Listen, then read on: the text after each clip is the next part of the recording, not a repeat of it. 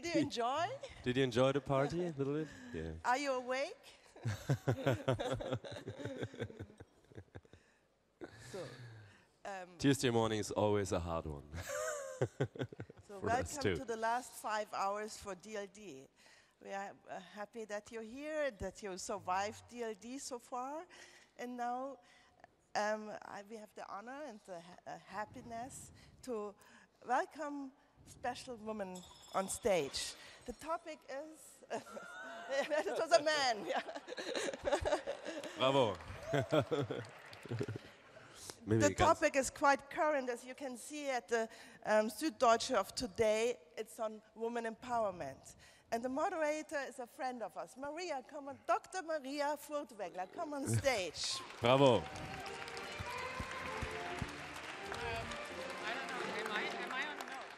I'm not on yet. Oh, Yes, yeah. I used to be a friend until today because Steffi talked me into this moderation, and I hated her yesterday night when I started preparing this. It's quite our friendship suffered from this. I'm telling you, Steffi. So go ahead. What are we talking about now? I don't know. What was the panel's name? No. It was about So you. it was about right. No, we're going to talk about woman power, diversity. So you want to stay with me on stage? No, go ahead. Why not? No.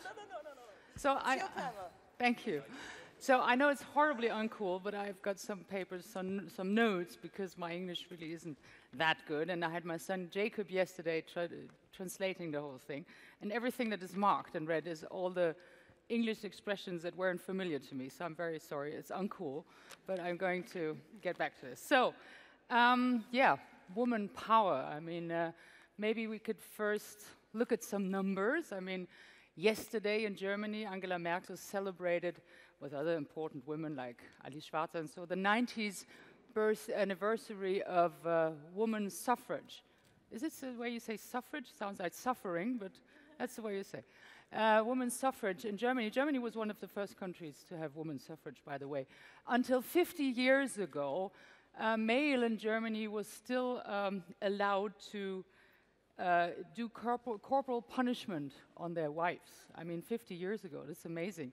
And until 30 years ago in Germany, a woman would only be allowed to work if she wouldn't neglect her domestic duties and if her husband would agree her to do so. So this is quite amazing.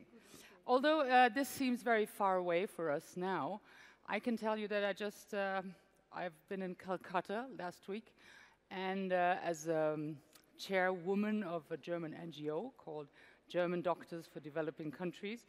And I had the chance to meet a wonderful woman, a widow called Nazma. And when she got infected with tuberculosis, her 2 very precious sons have been taken away from her, and which is from the family of her husband, which actually is like depriving her from her only realistic source of income. So now she cares for her 3 daughters, which are mostly a burden for her, because a daughter means no serious chance of income later, and means a high dowry if ever she has the chance to marry them. And to me, it's always very touching when I come back from those countries that how valueless women seem to be. So somehow, when we're sitting here in our world nowadays, not in our grandma's time, we ought to be very happy. I mean, we can be very happy. And so why does such a panel about woman power still make sense? What are we complaining about? Well, a few things are quite not okay, I would say, because we have to think that 90% of worldwide blue chip companies are still run exclusively by women. All the 27 European central banks are all in hands of men. I don't know if financial crisis would have gone different, if we would have had more women. This is another issue. And in Germany, the income gap between male and female is nearly 30%. And on the other hand, there's very interesting studies like the McKinsey study, a recent one called Women Matter, that found out that all the companies with high or at least 3 women in the board have up to 50% higher return on capital. And there's another study, the Catalyst study, so there's many studies showing this. this is weird. I mean, where does this come from? I think this is something we're going to discuss later. And on the other hand, there's the big issue that the timing is such that while we are having the biggest chance to develop a career, this is the period when we have the biggest chance to become mother, to raise a family. And for many women, it still means that we have to choose between career and family. And not everyone has the possibility to have a cesarean section and go back to work 5 days after it, like Rashida Dati did, but okay, she wasn't very lucky with that anyway. And in fact, over 40% of female university graduates of my year have no kids. I mean 40%, this is an amazing amount. So may I, by the way, Hubert, as I see you looking at me, as you know, women's lib and gender equality has a huge tradition in the Berde family, because you told me that you asked your mother once, Mom, Anne Borda, famous Anne Borda, Mom, what do you think about gender equality in women's lib? Gender equality? I always took what I wanted. So, you know, unfortunately, he's not as generous with me as he had to be with his mother, but we're going to talk about this. So I need help from you over there. So I just have one question. Could please all women in this room just stand up for me once? And don't worry, it's not going to be the Yossi Vardi experiment. You're not going to have hug and kiss each other. Oh, quite a lot. Cool. Cool, quite a lot. Great. And now please remain standing, only those women who have children. Oh, that's really, yeah, that's serious. That's not a lot. And now please, well, okay, stand up higher, the one with the grandchildren, of course, jump. And now I just want those remain standing that think that their husband or the father of their children really did contributed substantially to raising, to the childcare. I see some people hesitating. That's not that bad. That's not that bad. Good, good. Okay, and now I've got one more question. Please, I would love to have all men standing up that have children. Everybody, every man that has children. Great, quite a few. And now I'd like to only remain standing those who took parental off time, paternity time off. You're the only one? You're the only one? Wow. Cool. So, but don't worry, this is not going to be a discussion about women's lib or anything like that. I am having the most extraordinary, powerful, biggest, how you say, anyway, panelists with me. Please join me on stage. They're from very different backgrounds. Join me on stage, sit next to me. Here, Monica, Silvana, Marissa, Debbie, come up. Here I am. Oops. So now I'm a little lost because I told Andreas to put up my list. Andreas? Oh my God. Oh, thank you. Thank you so much. That's why you need children. That's what you need children for. Right. So, welcome. We're very, very happy to have you here. You're all very powerful, influential women from very, very different backgrounds. And yeah, I'd like to introduce you and then, yeah, we'll start the discussion. Deborah Berabichez, you have definitely the most incredible biography. You're a physicist, a mathematician, an actress, and an entrepreneur. You have been the first Mexican woman ever to gain a PhD from Stanford University as a physicist, and you completed your dissertation with a Nobel Prize winner. Your mission is to make science more accessible to as many women as possible, and I believe that your motivation to do so comes very much from your family background, and as far as I know, a lot from your mother. So could you please tell us about that? Thanks, Maria, and thank you for inviting me to DLD. Yes, I grew up in Mexico City in a very conservative community where women were not encouraged at all to go into science careers. We were pretty much told to get married very young, have kids, and stay at home. And I was always an extremely inquisitive kid, and so I kept asking why does this work the way it does? But I was also, to be accepted, I was feminine, and I was what Americans would call a very girly girl. And so I grew up there, and I had to really fight against these stereotypes. So by the time I was 14 or 15, I would sneak out of my house, and I used to love taking things apart and figure out how they work.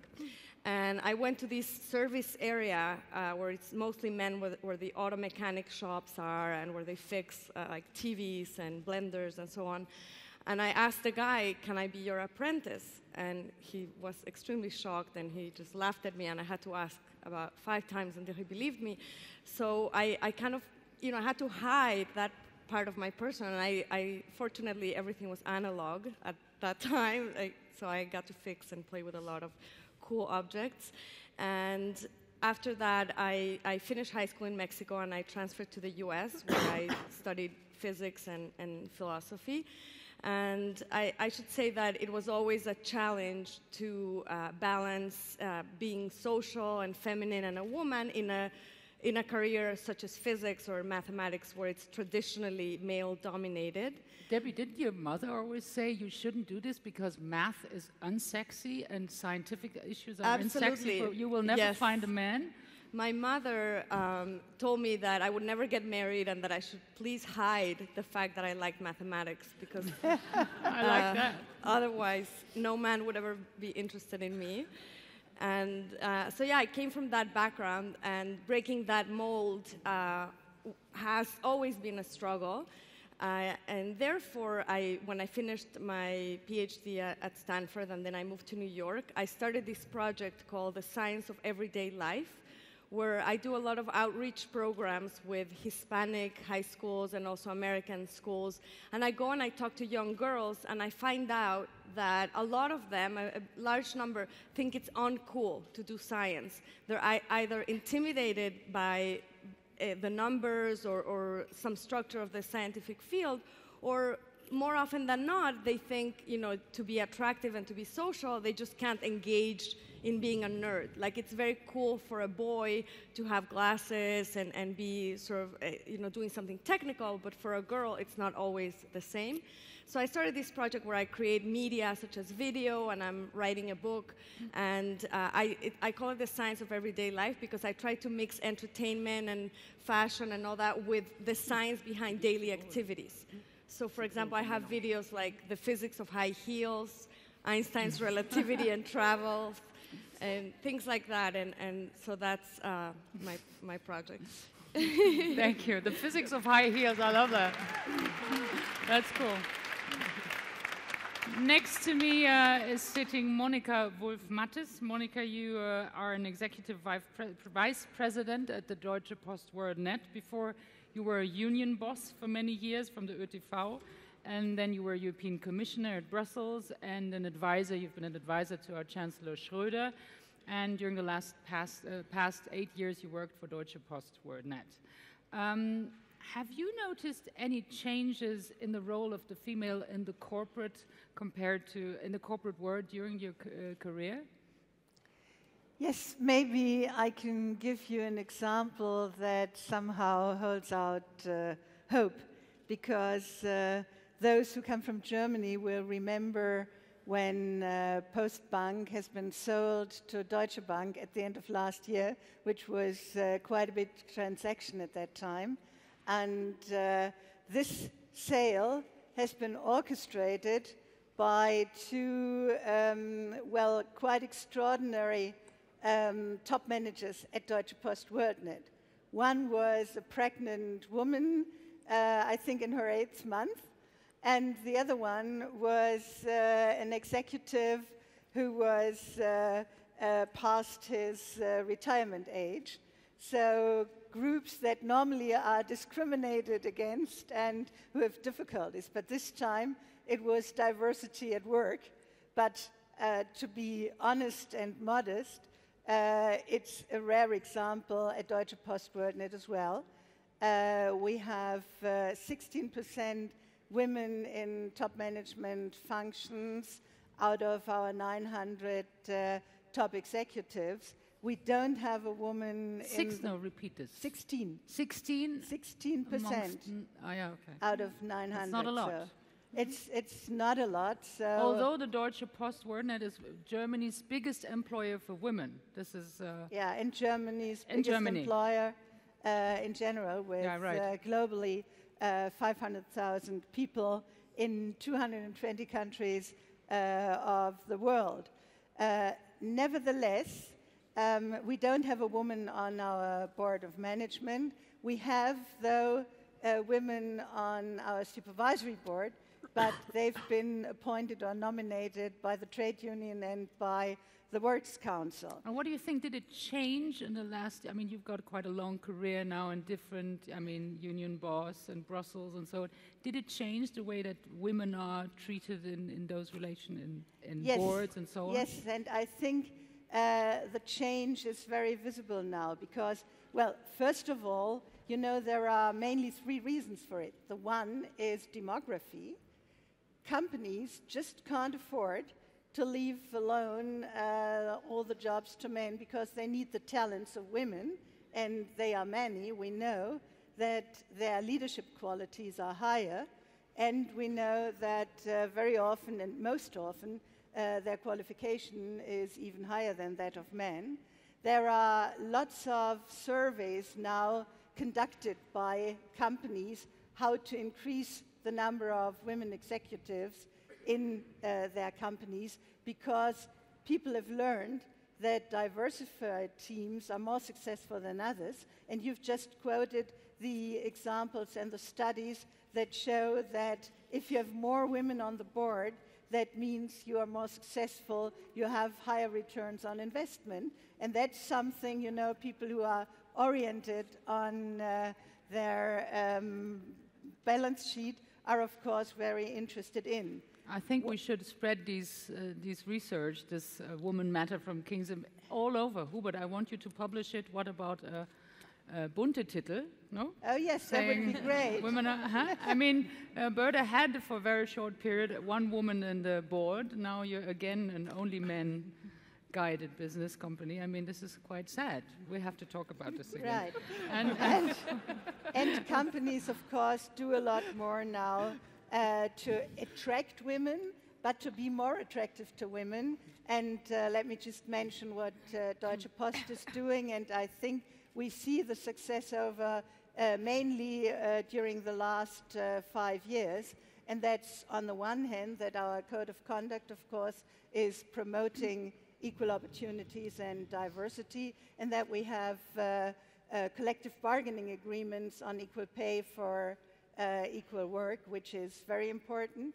Secondly, we have mentoring programs for women, helping to make sure that women's careers are fostered and that they get the necessary networking within the company.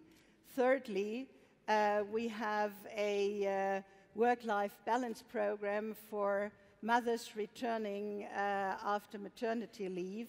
And what's, I think, maybe the best program we are having is the family service, which not only includes kindergarten, primarily for children from 4 months to 3 years, and with adequate opening hours, which is very important, but as well a special program tailor-made for women because, you know, if they are ill, if, for instance, they go on business trip and they come back late, or the Deutsche Post take care of the kids, or what is it? Not Deutsche Post, but there is a service institution that takes care for the kids, sends the kids around. Which is, I think, very important.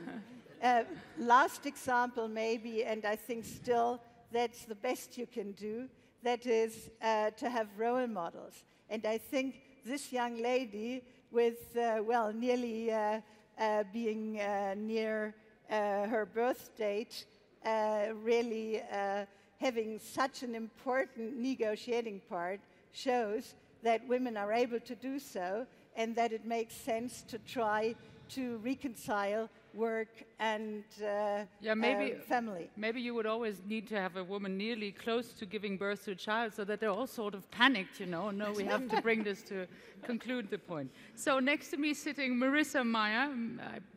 Probably I don't have to introduce her, but I still want to introduce her because it's so... Sorry? Team member of DLD. You have been Google's first female engineer. You have been called Google's secret weapon, or some called as well the Scarlett Johansson of the internet, which is quite true. Your contributions have included designing and developing Google's search interface, internationalizing the site over 100 languages, and today you manage Google's search, news, books, and maps and Earth. Marissa, in your opinion, does technology promote and enable diversity? Well, I definitely think that there are the classic examples that we're all familiar with. For example, micro-lending, really empowering women to buy cell phones and produce businesses in small villages. But I also think on the technology front in particular, just reflecting back on my experience, because I think in particular technology, because it's so tangible today in our daily lives, could really inspire more women to go into technology and science. I know for myself, growing up in the 80s and 90s, my mom had one friend who was a woman computer scientist, and she worked at JCPenney, and she wrote the software for taking catalog orders. But that wasn't something that you saw, right? So it's really hard for me to understand, what does a woman computer scientist do? But I think what's really magical about the web and the internet is that all of today's girls are experiencing Facebook, they're experiencing Google, they're experiencing Amazon and Yahoo, and they have some idea of what type of thing you can build as a woman computer scientist. And I think that's something that is very empowering. And then the other thought that I would offer is, it's funny for me because I often end up, because I would think probably because I was Google's first woman engineer, I often end up on women's panels, but it's odd for me because I don't reflect on my experience at Google as, what does it feel like to be a woman at Google? I think of myself much more as a geek and say, well, what does it feel like to be a geek at Google? And I have to tell you, like, there's no better place for geeks. And so, you know, I think what's really most important for women is to find environments that you're very comfortable in. It's funny for me because by my very nature, I'm very shy. I was always sort of the one who never wanted to raise my hand in class and didn't like to be very outgoing. And at Google, I'm not shy at all. And I think that's because I'm surrounded by other people who are interested in the same things I'm interested in and are passionate about the same things I'm passionate about. And I really do think that passion is an amazing gender-neutralizing force. It really removes gender in many ways from the equation. I think that's really powerful. Well, I guess you're really powerful anyway. But still, I'm very happy that although you don't like to be on women's panel because you want to see as a geek and not as a woman, I'm very happy you made it to come here. So our next participant is Aude Cizanis de Toin, obviously French. She's a very wonderful, extraordinary woman who founded 5 years ago the Women's Forum for Economy and Society. She started it in Deauville 5 years ago, and you just got rated by the Financial Times amongst the top 5 global forums worldwide. So this is amazing in a short period of time. And as far as I know, the World Economic Forum in Davos, which, by the way, has 95% of male attendance, has a lot to do with you founding this forum. Yeah, could you tell me how this is related together? So, first, I am an entrepreneur. And at the beginning of the year 2000, I tried to go to Davos because the French press said Davos is a place to change the world. And I sent a letter to Davos, and I didn't receive an answer. And I don't understand why. And after a few times, I asked a question to my friend who assisted to Davos, the women, and I understand why I doesn't receive the answer. And this is two reasons. There are two reasons. One is because I am the woman, and Davos, I'm not interested by the women in this time. And it's because I have a little company.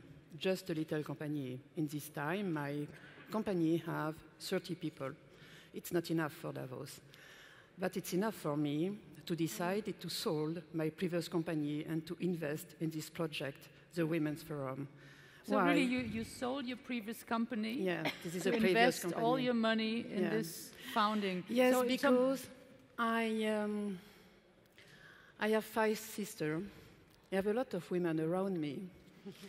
And I consider it's absolutely necessary to create the new world together, men and women. And it's enough for me to decide to create a company to realize a Women's Forum for the economy and society, because I consider it's very necessary if we want to change the world to share men and women and to create a new perspective together. And so I decided to sold my previous company because no banker accept to follow me when I decided to create the Women's Forum, because they consider this is a too much risk project. And for that I need a lot of money. And so I sold my company. And when I said to my husband, I decided to create the Women's Forum, he said to me, "You're right, because it's your maturity project." And so now we not only we have a forum in France. With last October we received 1,200 women and men, 15% of men. It's very important to chair and to speak about complementarity, because it's impossible to change the world just women, but together it's very, very good. And we receive 90 countries. And so I am an entrepreneur, so a little crazy. And 2 years ago, I decided to create the same forum in China, because in 2005, I invited 5 Chinese women, very well-known, very influential women. And after 3 days, they said to me, "We absolutely need to have the same forum in China." And I said, "No, I lost a lot of money, and it's too far," and so I refused. But they're very stubborn, like me. And after 2 years, I decided just to go to China to meet a lot of women in university, in business, political, younger women, researchers, and media, and so. And I made 9 trips in 10 months. And one night between Beijing and Paris, I don't understand why, I decided to say, go. It's important to create the same forum in China, because I better understand what is the role of women, Chinese women, in the economy in China, and particularly about trust and responsibility. And it's enough for me. And so I created the forum. The first edition took place in Shanghai last year, last May, and we received near 700 people, 12% of men, and from 35 countries in Shanghai. And now I will prepare the second edition next May. It's not easy because, as you know, I'm from France, and the relationship between France and our President Sarkozy and the Chinese government, it's not good, as you know. And it's not easy for me, and particularly because I have an official partner in China. This is a Communist Party, represented by the All China Women's Federation. And, but so it's... How many women are there in Chinese politics? Are there any in the parliament? Oh, yeah. How many are there? No, now there is no... Vice Prime Minister. No, they just have one woman. This is Mrs. Ma. 2 years ago, she left the government. She's retired now. And we try to have Mrs. Ma as speakers, Mrs. Wu Yi as speakers, but it's impossible because the government refused to authorize her to join us. But you know, it's very... So now we have two forums, and thanks to that, I met a lot of women around the world, and in my forum, in Deauville or in China. And I'm very impressed by the will of women really to try to change the world, and particularly this year after the financial crisis. And it's very interesting to understand and not only to understand, but really to create a new world with the women. And not only the women in my age, you know, but for the young generation. And we absolutely have a responsibility.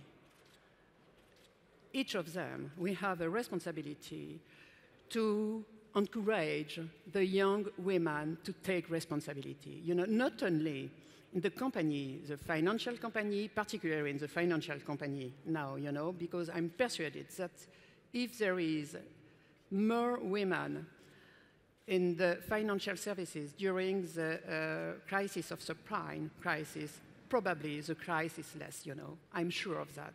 And the crisis would not have taken place, or to be different? Or? Yes, it's... sorry, I prefer to... Oh, you know, I have an anecdote for you. When I decided to create the Women's Forum 5 years ago, I took two decisions. Improve my English and made gymnastics, and I have no time for that. So it's... No, I think if there is, and I have a conversation with number 2 of the SEC in New York last December, if there is more women in the financial services, probably the financial crisis is not, comment dire, serait moins forte. Yeah, less virulent, powerful, less bad. And so, it's, I'm not feminist. You know, probably my husband is more feminist. I don't think any of us sitting here is a feminist. Or somebody raises. It's necessary to have a feminist attitude, but not aggressive attitude. Depending you know, on what we're nice feminists, so every man don't be scared of us. Please, the last panelist, Dr. Silvana Koch-Mehrin. You're a member of the European Parliament, where you represent and lead the Free Democratic Party, the FDP, and she is one of the youngest assemblywomen of the European Parliament and the number 1 on the list of the FDP. You are a mother of 3 kids, please.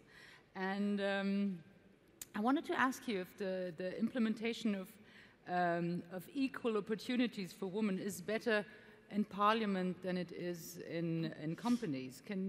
Well, I know it is so, but why is it so?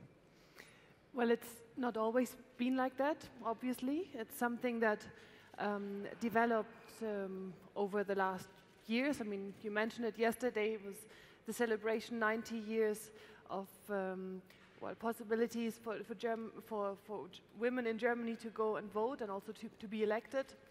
And the more rights women got, the more they made use of this, of course, and the more women were educated, they also said, wait a moment, we have, well, half the population, or even a bit more than half the population are women, but the people's representation, the parliamentarians, don't reflect that. So this was a slow process, and it resulted in more and more female representation in parliaments and also in governments, and it's something that took up some speed in the last few years, and I think it's a very important development to see also within the European Union, because one really looks more closely at the other countries and compares. And I think that in Germany, even though the Chancellor is from a different party, a different political party than I am, I think it made a big click in most of the politicians, but also people's heads in Germany as well as in other European countries,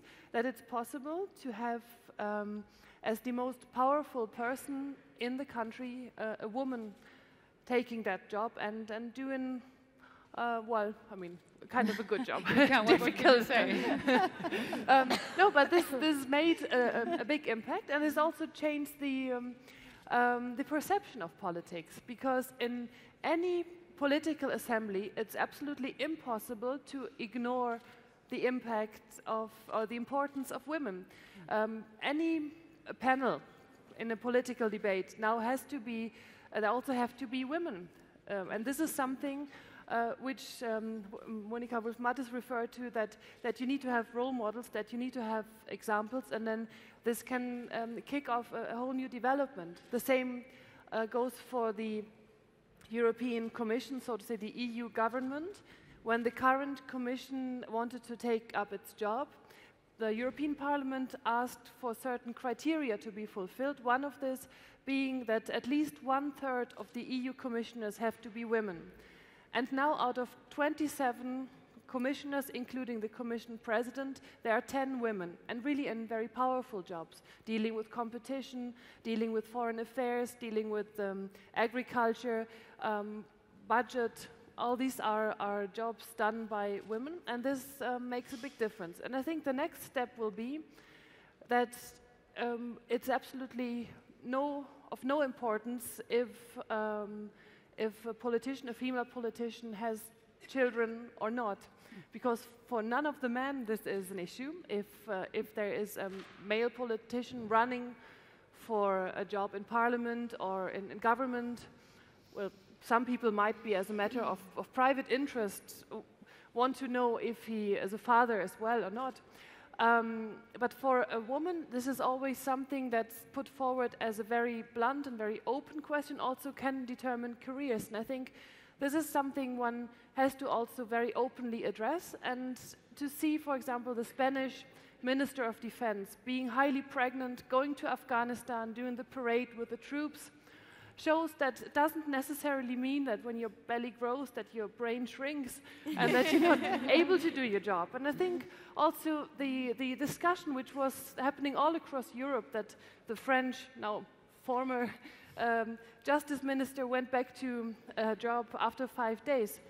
Well, of course, I myself ask, how did she manage physically? After cesarean section, I mean, amazing. I mean, but I think it's a great achievement that she can decide to do that, and that it's mainly her private decision. Because for any man, it wouldn't have mattered if he became father 5 days ago.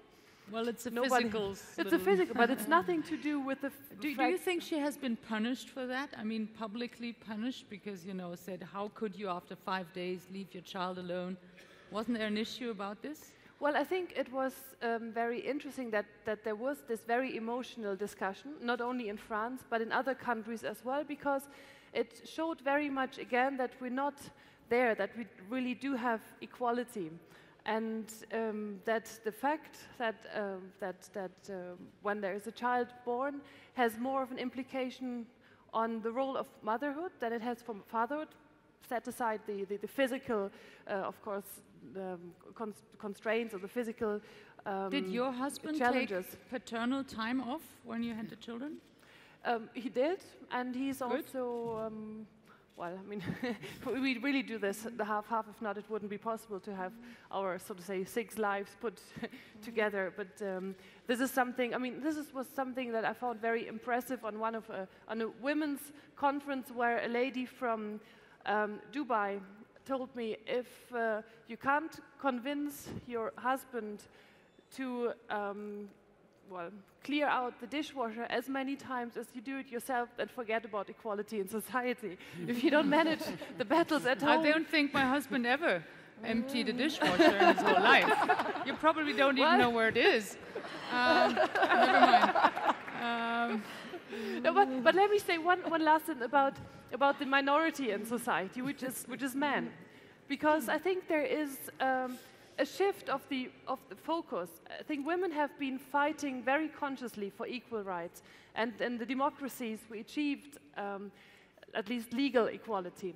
And we had a lot of reflection about how to combine being a woman, being a mother, being able to run a professional career, all the conflicts that come along with that. But all these challenges are also now put forward to men, like young men like your son. I'm sure his girlfriends will ask him, I know you would love to be mentioned in that panel discussion. You would love to come up on the stage. To do all these things, to be a father, to be a good-looking man, to be successful in your job. And I think young men don't have this, so to say, backup of all these magazines and girlfriends to talk to about what kind of role do I have in society? Because this is much more radical and much more quickly changing than it was for women. And I think women should be smart and well, take these men who kind of face the same challenges as their allies. Very good. So we've been hearing about this first study, the McKinsey study, Women Matter, that says that if there's many women in the board of a company, capital and it rises, the company is more successful. There's this other study, a Catalyst study, an American study from last year, which looked at the 500 biggest US companies, and it basically came to the same conclusion. So it seems that mixed executive committees are more successful in terms of their corporate culture as well as their economic performance. So I just want to know now, what is it what is a gender-specific contribution of women to the management? Is there any? Is there anything like, yes, they're the better team leaders? What do you think? What would it be? I think it's an excellent question because people often ask, well, is there something specific, right? Like maybe women are more nurturing or they're better at managing human resources or something to justify the access of women to quantitative fields or management positions. And I think the question to me is a little bit failed because it's, for example, in medicine, no one really did ask, should we allow more women to become doctors? Are there going to be better doctors or maybe they'll bring newer qualities? It's a field that, for example, progressed very naturally, and now over 50% of women in the US are doctors. And health insurances track how many times people search for a doctor and they prefer to go to a woman. And now it's something we kind of take for granted. But I wonder, what would happen if in Wall Street, for example, we would just allow the influx and really encourage a lot more women to take top management positions, and then we would see the evolution of management to integrate, all these qualities together. But so just in short, I think it's a spectra of qualities, and it's not so much about women versus men.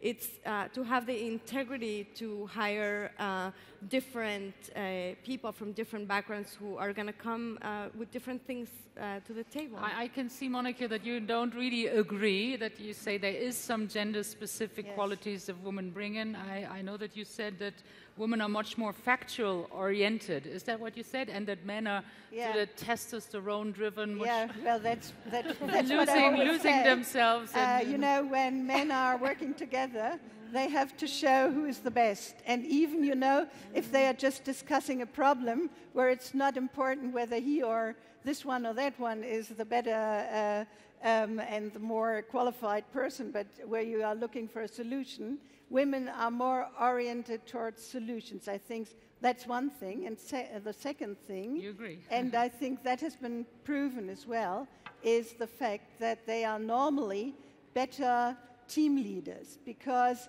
they don't try to rule in the old-fashioned way, but they are more trying to motivate people, to inspire people, rather than, being the big bosses and showing this attitude. And I think that really makes a change. But there is the other side as well. Men behave differently when women are around, and I think to represent primarily in global companies and in very diversified companies, it's important to include as many ideas as possible in order to find right solutions. And therefore, I think with globalization, with the need to involve all kinds of different skills, it's important to have women as well. But it's not just women. It's, of course, we have to avoid to have only young leaders or only old leaders. We have to have the right mix. And I think people have understood that the right mix, which men in the past thought is maybe only a mix between different qualifications between men, now has to include women as well.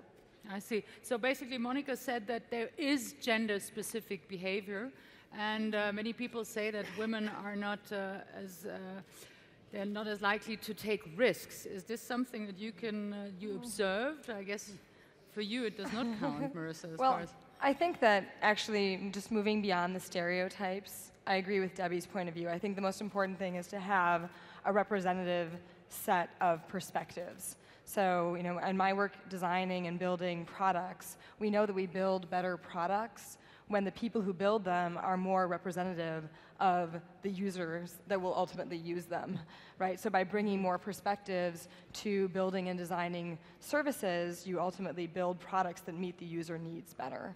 And so I really think that's why you need to have women in the process, but what particular roles they play and whether or not they fit into particular stereotypes or molds isn't as important as just including the diverse set of perspectives. Yeah, right. You said to me that you believe that women worldwide are much more doubtful than men are, except, and here she sits, in the US. Yeah. So women have, they all envy the United States for them having no doubts, going straight forward, which has got something to do with the US culture. But how comes that women are, how comes that women are more doubtful? Is it something in our genes? Where is it coming from? The problem, the women in general have less confidence by themselves. Than men, they always... Yeah. Okay. Oh, yeah. And it's a real problem. This is a problem of confidence, and it's for that probably the company need to help women to have more confidence by themselves. And after that, if the young women have more confidence, it's more easy to develop business, to take more responsibility, to take risk. It's a problem. The basic problem is confidence. Is it a confidence problem, a genetic problem, or is it more the way a genetic problem? A genetic problem. Yes, problem. Right. Oh, we got to work on that gene then, right? And we've got to find that confidence gene. Probably. And when I observe the women around the world, really, I observe the difference between American women and the rest of the world. But now, recently, I observe the change too, and after the financial crisis and with the arrival of Obama, it's a lot of women, because I work with a group in America, in New York and Washington, and it's very interesting to observe the change of society. And I hope the American women, and sorry, because you are from America? Yes. It's true, I'm very definite too. You understand me? Oh, no. Yeah. Because at the same time, it's very paradoxal, because the women around the world, for the women around the world, the dream is America, And at the same time, the women doesn't want, comment dire, ressembler? Similar as America. It's very paradoxal, and it's very paradoxal. It's very paradoxal, and probably now with the economic crisis, we assist to the new challenge, and to the new challenge, and it's a good, as I told you in a few minutes, it's a real opportunity for the women. For women could save us maybe better than men out of this crisis, lead us out of this crisis. Is this what you're saying? Yes. Maybe. Silvana, there has been a book published rather recently called Woman, the Daffy Gender, the Stupid Gender. By the way, the author is a woman. She claims that women learn the wrong things, that they read the wrong things, that they want the wrong things, and that they behave the wrong way. So, it's a German book. You like that, Mitch? I don't know if it's translated in English. Woman, the Daffy Gender, that's what it says. So the question is the woman discrimination really only due to the circumstances we're living in, or is it partly as well our own fault? As coming back to what we just said, there have less, self-confidence? Is it our own fault? Do we really read and do the wrong things, want the wrong things? Well, if it would always only be the circumstances, then we would still not be able to vote, and we would still not have the right to have our own bank account. So, of course, it's a lot also to get yourself up, and as Anne-Boda did, I always took what I wanted. But in Germany, and I think it's also something specific, well, more specific in Germany than in other countries, there still tends to be, well, there's a tendency that girls tend to always choose the same jobs that their mothers did, that their grandmothers did, and they happen to be much less influential and less well paid than other jobs. Like, for example, their career would not be to go into engineering, but to choose to become a hairdresser. And obviously there are different career opportunities coming out of that. And I think this is something one has to change in society, and to always state very clearly, apart from becoming Pope, there is no job that a girl can't aspire to. And this is something one has to, I think, also tell every girl in schools, and to set up this confidence, because this also then is the mindset. Is it something, a gift that I am allowed to take to work, and I only can do this for a certain time unless I become a mother? Or is it my right to work? Is it what I also think is something fulfilling for myself, an attitude that every boy would have automatically being brought up? And I think this is something one has to change in more in society, equal, and legally in our brains, equal. basically, because I flew in from Hamburg last week, and suddenly the captain spoke to us, and I listened to the voice, and I realized, gosh, it's a woman captain in the cockpit. And my first reaction, not political correct, but reaction was, ooh, is it still time to get out of here? So this is amazing, something so deeply, inside of us, or it's inside of Daffy, me. So, Debbie, what do you think? Is it... Well, first of all, I would disagree that it's something genetic. I actually think it's not only not true, in fact, we're comparing women in the US versus in Europe and other places, but it's also detrimental to the push of women in society. I think it totally has to do with education, and I see the transition of little girls. They play just like boys play, with cars, with everything, and at some point, the message that they get through the media or the families is, to be more accepted. There are certain female qualities. Maybe it's that make them lose some confidence, whether it's being more submissive or following orders or going into jobs that are safer. And I think this is actually very hopeful, because it allows us to target the source of the problem and try to attack it, with, like you said, maybe companies or having leadership courses, or women themselves trying to nurture each other by mentoring one another into top positions. Before we open the discussion to the public, shortly, a last question. In Norway, Norway imposed a few years ago a law about gender parity, and it said that the board of public and private companies had to have at least 40% of women in them, with sanction possible in case of non-compliance. The same thing now is implemented in Spain. Do you think, Monica, this is the right way to stop women's discrimination? Is this a solution? I know, Aud, you told me that when this law went through, many Norwegian companies went from public to private to prevent, this law to be applicable on them. What do you think? Well, we all think that we don't like quota, and I think most of us are not here because of quota, because they've managed themselves and they were sufficiently self-confident to make sure that they got the job they have. Nevertheless, one has to accept that, for instance, in politics, the quota have helped, for instance, to have more members of parliament, to have more people in government. And even if there are no quota, it's at least out of political correctness. For instance, like we've just heard, that at least people are asking, you know, out of 20 people, you should have half or 2/3 of women. So I'm not really in favor of quota, but I think they can help, and they have helped in the past. And I think if companies, if politicians accept early enough that they should have representation from both sexes, fine. But I think sometimes you need heavy measures in order to show that women can do the same job as men do.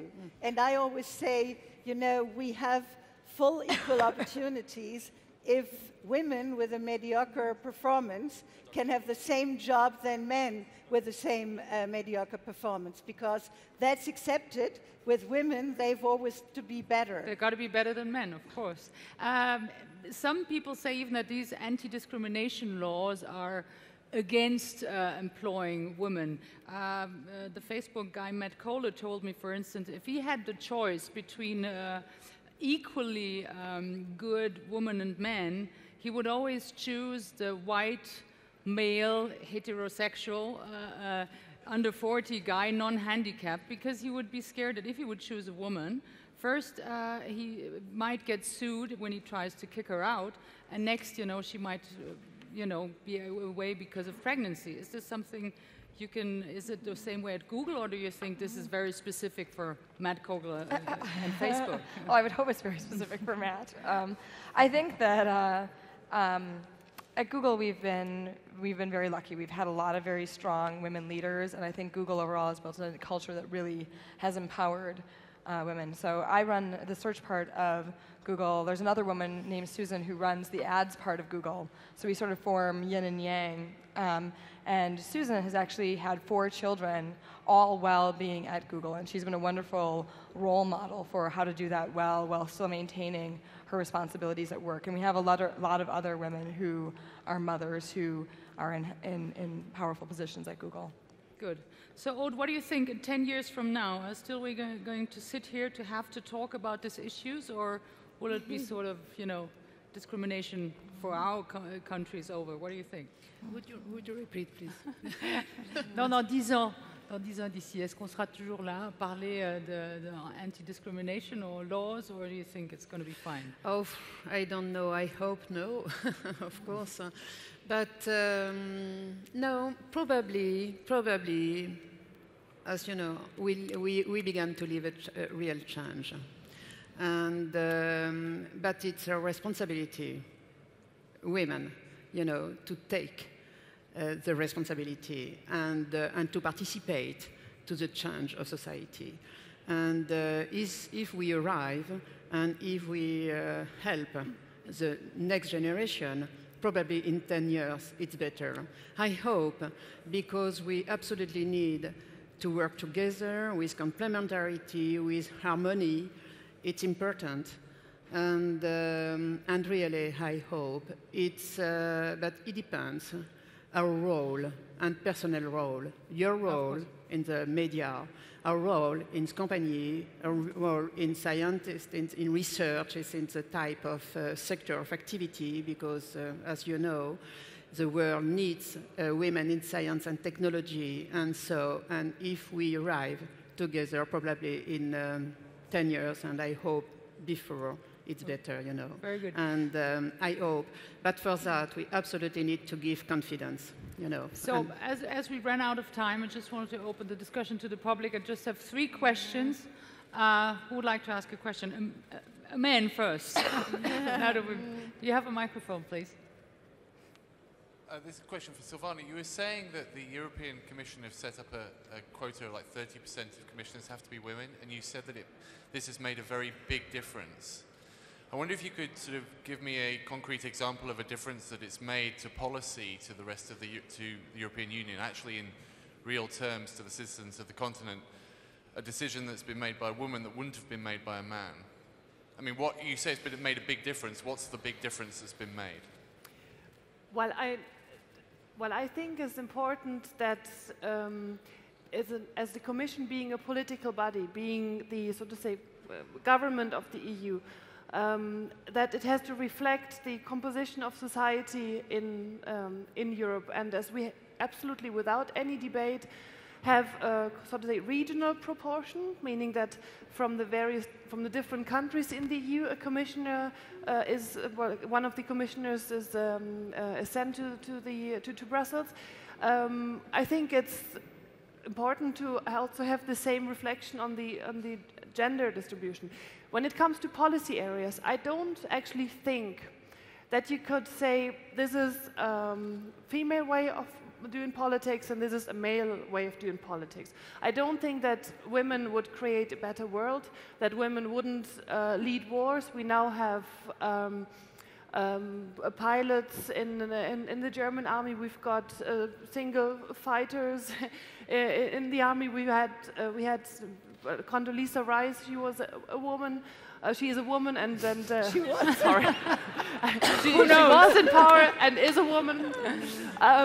So I don't think that you could say this is the specific way of doing politics in the agriculture field. I do think, however, that it can make a difference if you, for example, have to deal with the issue of family politics and you yourself have the experience of trying to combine family and work. Also there, yes. I don't think it makes a difference if it's a man or a woman, but I think this is the difference because from your own experience you can tell. So I wouldn't say that the policy decisions, but as a political body, representation I think should be fair. So you go ahead. This is a question for the entire panel. I think there are two main issues I see right now. Young women are less likely to start their own companies as opposed to young men. I mean, really young women. And one of the things that your daughter and I were talking about is this Mean Girls phenomenon. I don't know if you're familiar with the movie, but it's a phenomenon that women take down each other, that they are most likely to act as if life is a zero-sum game, that our success should come at the expense of another woman's success. And how have you dealt with that in your own careers, the fact that women are oftentimes our own harshest critics? Do you think, Debbie, this is true or this is just a myth?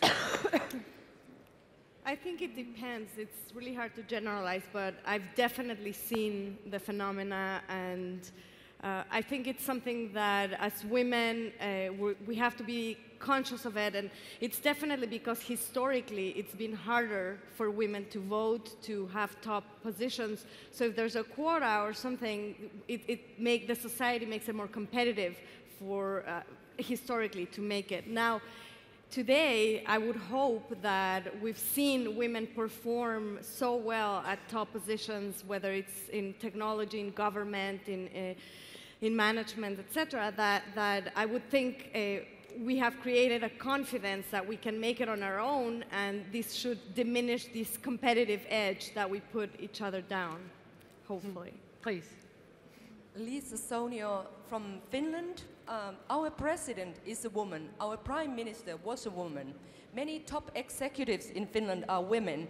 In fact, a government-related organization made a study that businesses run by women are 30% more profitable than businesses run by men. This applies to small businesses. So I hope that all men understood this message now. You are more profitable, with more women on the board. Right. Go ahead. The downside for the Finnish women has been said that since we are bossy, we are not attractive. Now my question, or sooner a reflection, I think you need to teach women of all ages about the CCS indicator. It stands for, when you meet a man or a boy, you should detect whether he's a charmer, collaborator, or a chauvinist. That saves a lot of time.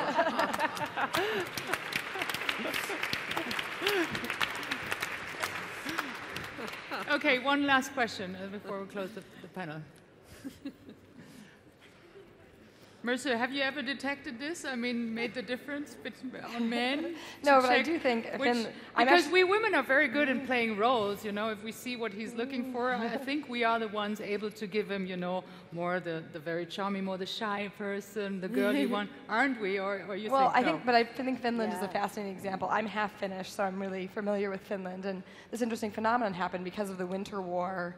There was actually an entire generation of men that were, you know, But you can see this actually where women had to take the leadership roles, and it's really interesting to see what's happened in Finland as a result, because it has been really prosperous. Good. Hello, hi, Geraldine Wilson. I just think it's time that we have to stop justifying why we should be on boards and why we need to do a better job. Because half the planet are women. Half the people on the planet are women. Half the customers are women. And I think it's time that companies and conferences like Davos, who have 95% men, should start to feel extremely uncomfortable in our world. And the Burda board with only men. But he invests in our company, so we like Burda. That's a good final word.